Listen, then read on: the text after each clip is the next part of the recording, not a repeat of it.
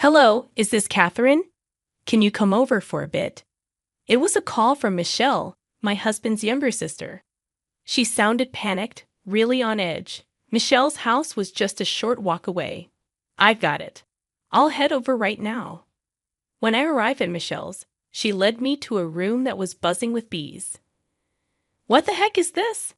I opened a cardboard box and they came flying out. We need to call Michelle's husband, Bob. He's at the coffee shop, I said and dialed him up.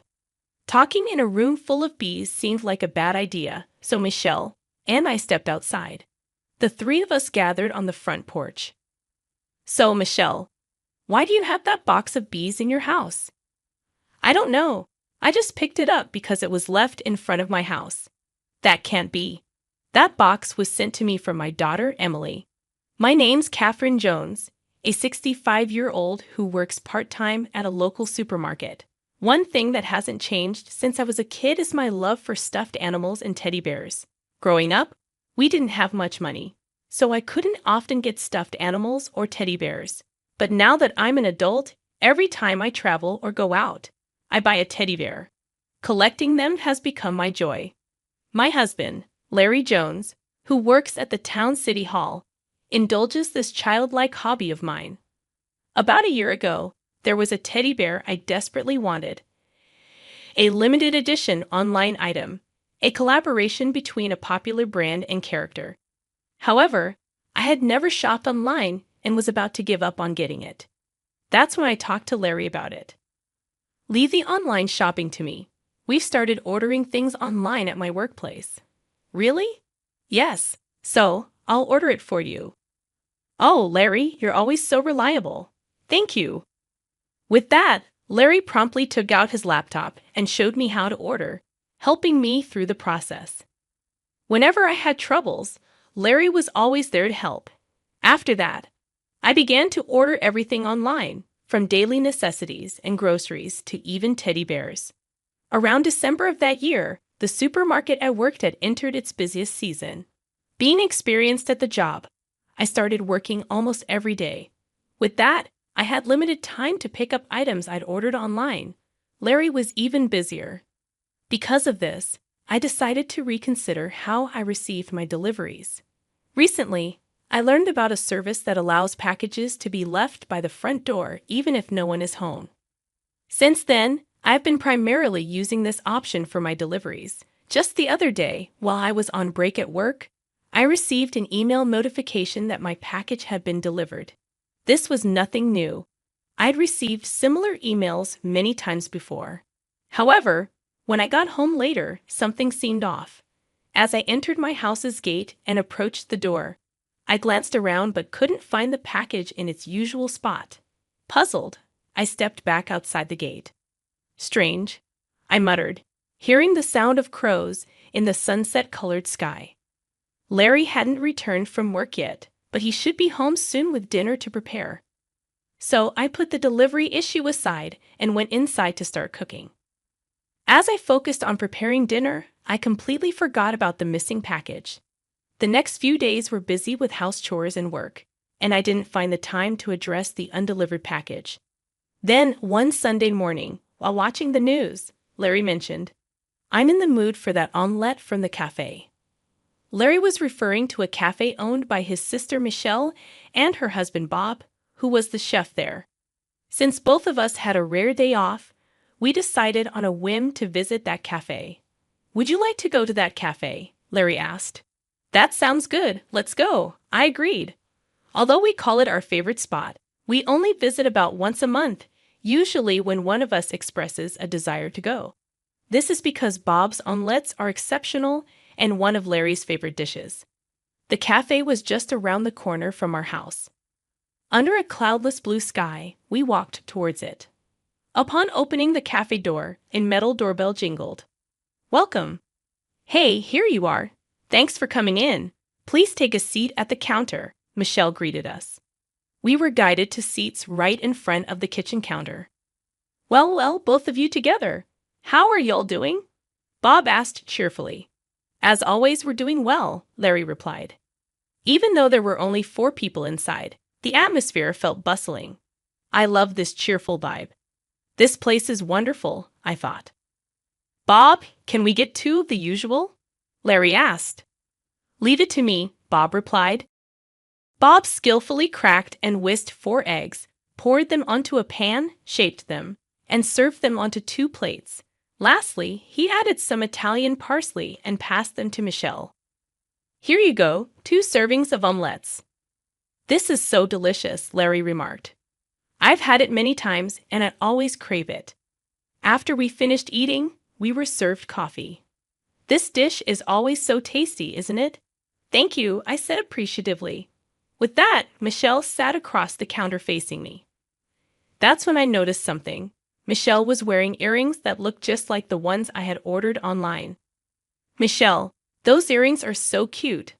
Where did you get them? I asked. Michelle smiled and replied, Oh, really? Thank you. I got them online. Yeah, online shopping sure is handy, I commented. Yep, that's right. But when I'm running this cafe all the time, I hardly get back home during the day. I don't even have time to receive packages, Michelle explained. Well, how about asking to have your packages left by the door? I suggested to Michelle. Michelle looked a bit surprised and asked, Is there such a thing? At that point, I decided to explain the concept of the service in detail, recalling and sharing my own experiences with it at home.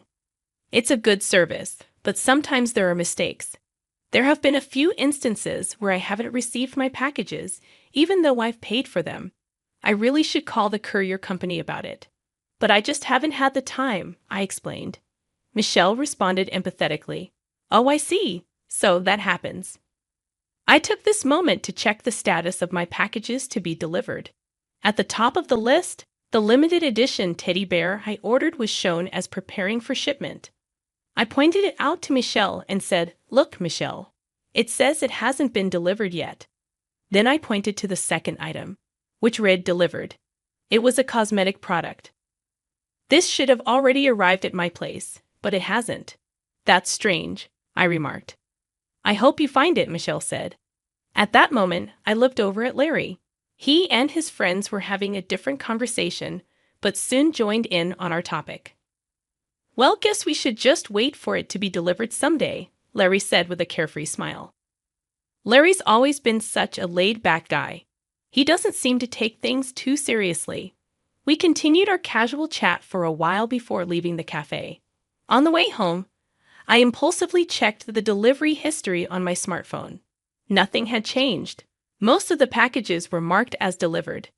I wondered why it hadn't arrived and thought of various possible reasons. Maybe the local post office was holding it, or it got delivered to the wrong house. I was pretty sure no one in my neighborhood would just take a package left outside someone else's door. Right now, I was mostly concerned about whether that limited edition teddy bear would be delivered as promised. Whether or not I pursued the issue would depend on if that teddy bear arrived. That's what I was thinking to myself. 2 days had passed since I went to the coffee shop. Right after work, I eagerly checked my smartphone. At last, the delivery status of the limited edition teddy bear I had been longing for read delivered. I quickly changed out of my work clothes and started to walk home faster. Once home, I looked for the package, but I couldn't find a box anywhere. I still hadn't figured out why the package hadn't arrived at my place, and I was getting pretty frustrated. Up until now, the only items that hadn't been delivered were cosmetics and condiments, so I wasn't in a rush. But this time was different. The teddy bear I had been eagerly waiting for, which was supposed to be part of my collection, hadn't arrived. I decided to get to the bottom of this. That evening, I talked to Larry. I didn't receive the teddy bear that was supposed to arrive today, I told him. That's bad. How many times has this happened now? Larry asked. Probably about 3 times. Something's not right, I replied. Oh, I'm gonna call the post office now. Let's do that, Larry suggested. I called the nearest post office, but as expected, there was no good news. The delivery man answered the call. I can't find the package you said you left at the door, he informed me. Really? I'm sure I left it right in front of your door. I thought maybe you still had it. What's going on? I asked. Well, there's a possibility someone stole it. You might want to file a police report, the delivery man suggested. Thanks. I'll think about it, I replied. Both of our spirits seemed to sink. For some reason, I felt sorry for the delivery man too. Even if I wanted to file a theft report, I didn't have any solid proof and was hesitant. That's when Larry said, "Let's ask Emily. She might know a solution." Emily is our daughter, who turned 40 this year. Now she's married and living in her husband's house, seemingly swamped with chores and work every day. Thinking it might be easier to discuss with my daughter Emily, I decided to ask her for advice. "Hello, Emily. I've been having an issue for the past month. Packages I've been expecting haven't been arriving," I explained. Emily chuckled a bit and then came up with a wild suggestion. "I'm going to send over a box of bees. If we leave it out for delivery, maybe we can catch the thief red-handed when they open it. What do you think?" To be honest, the idea seemed way too bold, but it might be worth a try. "Can you really do that?" "Don't worry about it. We have a huge swarm of bees back home, and this might just help us catch the culprit quickly," Emily reassured me. I was skeptical but hopeful, so I waited for the bee-filled package. A few days later, after work, I checked my phone and saw that the anticipated delivery had been made. When I got home, just like always, the package was nowhere to be found. I wasn't sure if this was a good or bad sign, but there was nothing I could do about it. Honestly, I was about to give up. At that moment, my smartphone buzzed. It was a call from Michelle.